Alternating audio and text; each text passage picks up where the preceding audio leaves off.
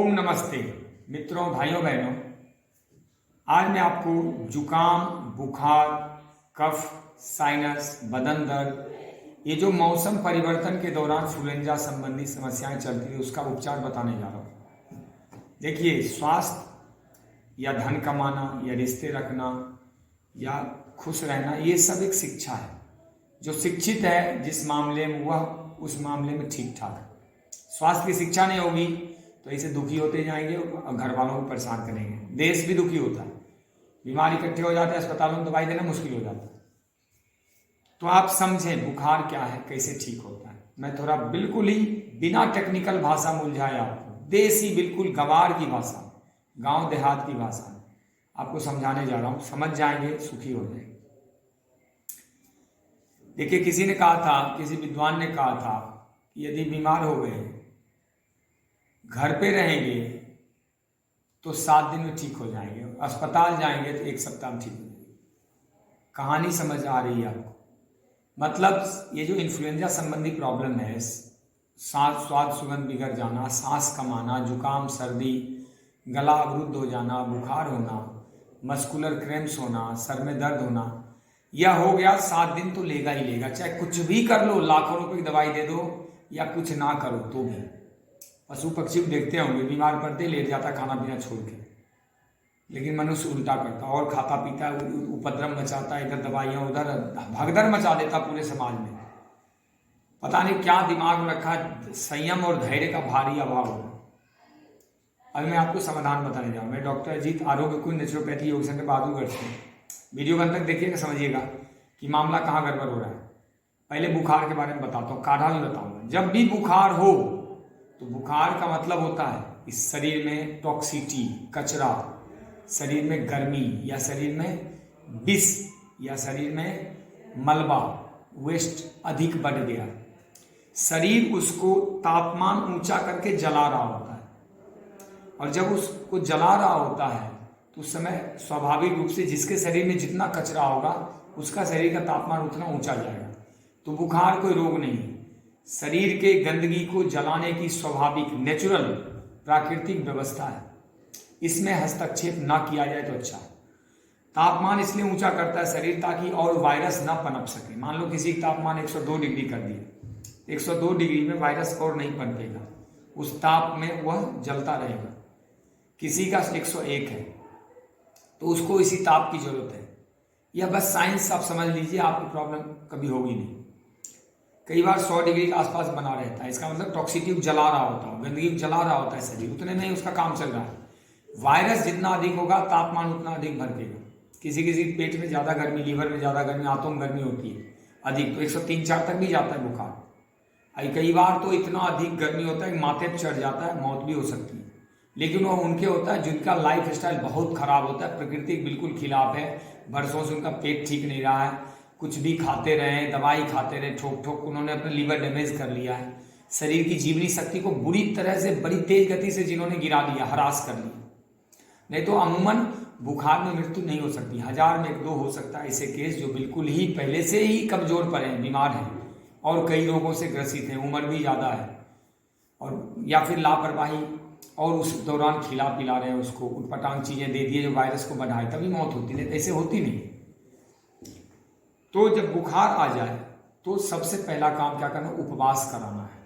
ठंड लगे, चाहे इन्फ्लुएंजा हो, मलेरिया हो, टाइफाइड हो या और भी जो मौसमी बुखार है, ठंड लगे तो गुनगुना पानी पिलाना है, और गर्मी लगे तो ठंडा पानी, नॉर्मल पानी पिला सकते हैं। बुखार के लिए काढ़ा बता देता हूँ।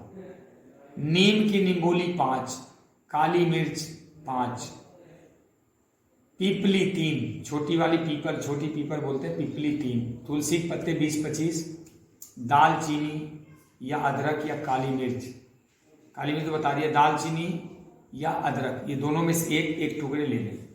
इसको 300 ml पानी में उबालें, नीचे उतार के जब 150 ml 200 ml रह जाए नीचे उतारें।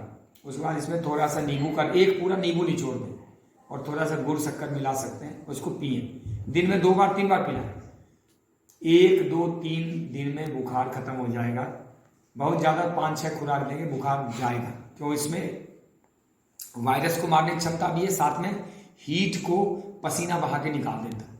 इसके अलावा सर पे ठंडा तौलिया रख के धूप में बैठ सकते हैं, कंबल ओढ़ के, पसीना निकलेगा। गर्म पानी में पैर डुबो के पसीना निकाल लें, आपके बुखार चले जाएंगे।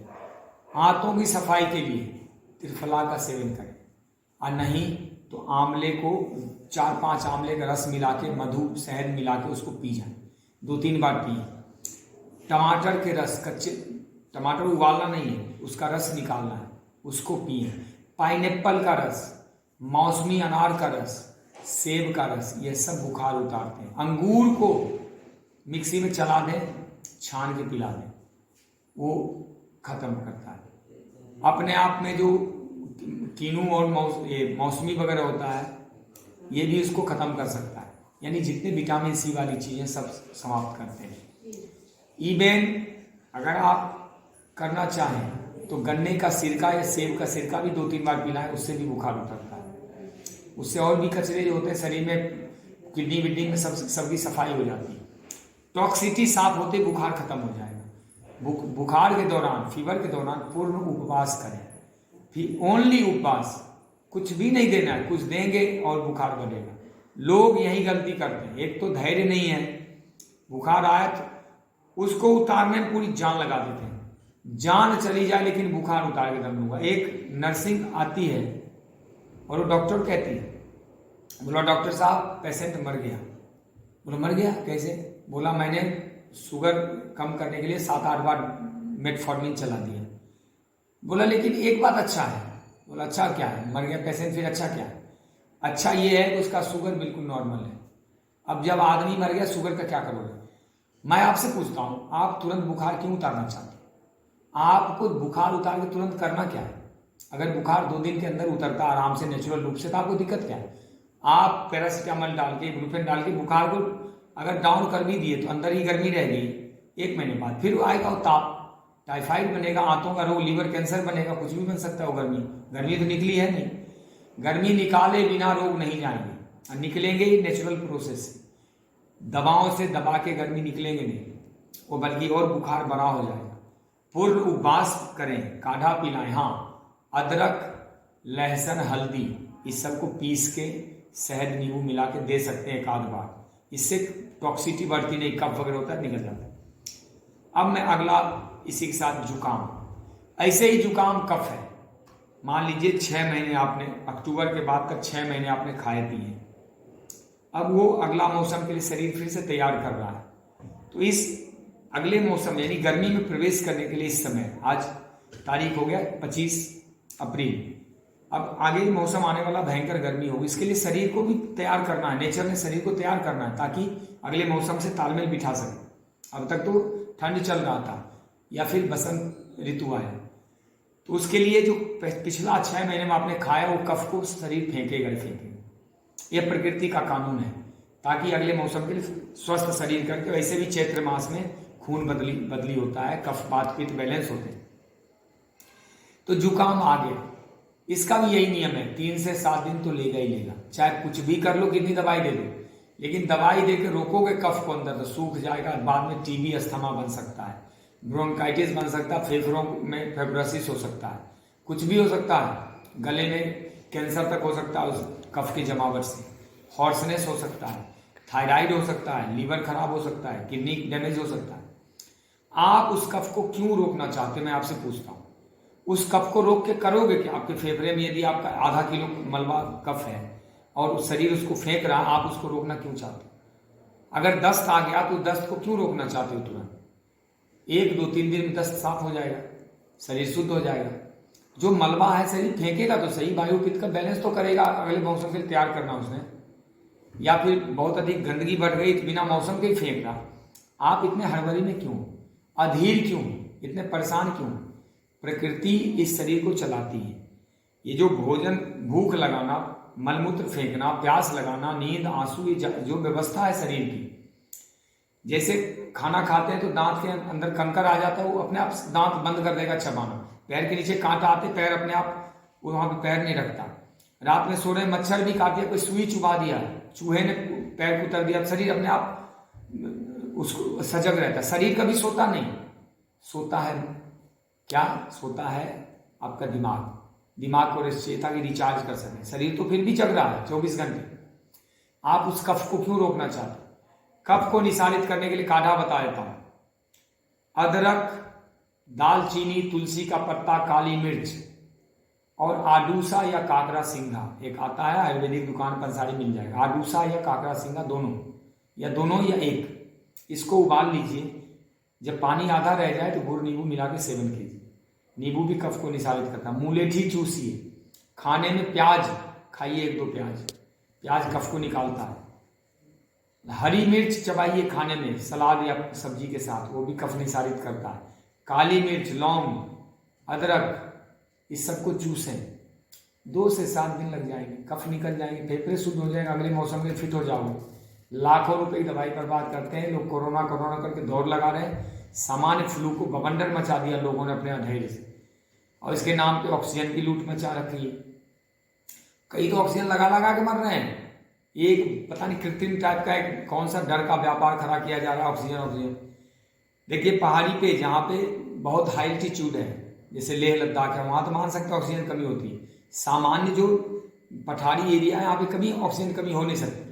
और पर्यावरण भी जहाँ पे लोग सजग है, पर्यावरण को बढ़ा रहे हैं, पेड़ पौधे लगा रहे हैं, लेकिन जिनके फेफड़े में कफ चिपका हुआ है उनका क्या करेंगे? तो उनका सबसे बेस्ट तरीका है, नाक में तेल टपकाइए और लकड़ी वगैरह डाल के छींक मारिए। छींक मारेंगे या फिर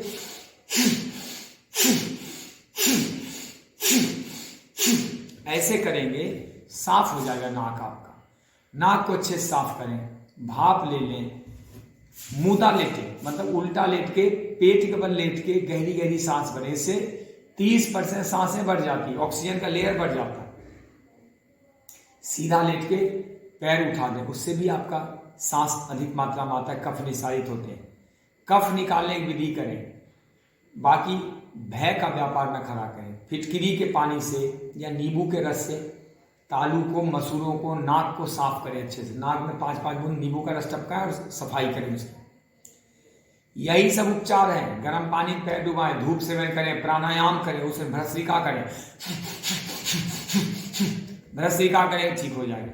मनुष्य का शरीर इतना कमजोर नहीं है कि छोटी छोटी ये सामान्य सर्दी जुकाम बुखार मर जाए। मर तो रहे हैं आपके डर से, या फिर एक जो माहौल बना रखा है डर का व्यापार, वो मर गया। अभी तो किसी चीज में मर जाएगा उसको कोरोना ही दिखा रहे हैं, कुछ भी मर जाए। अभी टीबी वाले सारे मरना बंद हो गए, बाकी BP, sugar, heart attack, kidney failure, सब मौत बंद है। जो भी आ रहा है कोरोना, ठीक है, हो सकता है कोरोना हो सकता है नहीं भी हो, मुझे नहीं पता, लेकिन डर का माहौल ना क्रिएट करें। ये तरीका अपना है। काढ़ा पीजिए, उपवास कीजिए, किसी प्रकार का दूध, दही, घी, मलाई, मिठाई, बिस्कुट, चाय, कॉफी नहीं लेना, रोटी चावल भी नहीं। उपवास से शरीर के अंग अपने आप ठीक करेंगे, प्रकृति ठीक करती है, दवाई नहीं ठीक करेगी, अंग रेस्ट पाएंगे। खून जो है सब रोगों को भगाने में लगेगा। सारा खून जब पचाने में लगा रहेगा तो रोग कब निकलेगा? आप रोज तो खा रहे हैं, भूख नहीं लग रहा, फिर भी बोला 2 रोटी खा ली, 3 रोटी खा ली, 2 रोटी खा ली, साथ में दूध भी पिया, उसने हलवा भी खाए, उटपटांग चीजें भी खाई, चाय बिस्कुट भी करा लो। लोग बड़े झूठे हैं, वो करते इतना है, बताते इतना है, और कई बार इतना करते हैं बताते उल्टा। उनको अपना लाभ देखते हैं या अपना बड़प्पन दिखाते हैं। पेशेंट गलती करता है बहुत ढेर सारा। जो भी इस वीडियो को देख रहे हैं शेयर करें और लोगों को समझाएं कि भगदड़ नहीं मचाने, काढ़ा पिए, उपवास करें। ढेर सारा उपवास के दौरान आप जूस पी सकते हैं, फलों का जूस लें, नारियल पानी लें, गन्ने का जूस लें, पालक के पत्ते और पुदीना के पत्ते पीसें और उसमें ताल मिश्री मिला के पिए, बेलगिरी का शरबत पिए, अंगूर का रस पिए, लेकिन आहार कुछ नहीं लें। जब तक रोग साफ ना हो, पशु भी नहीं खाता, आप भी नहीं खाएंगे, ठीक हो जाएंगे।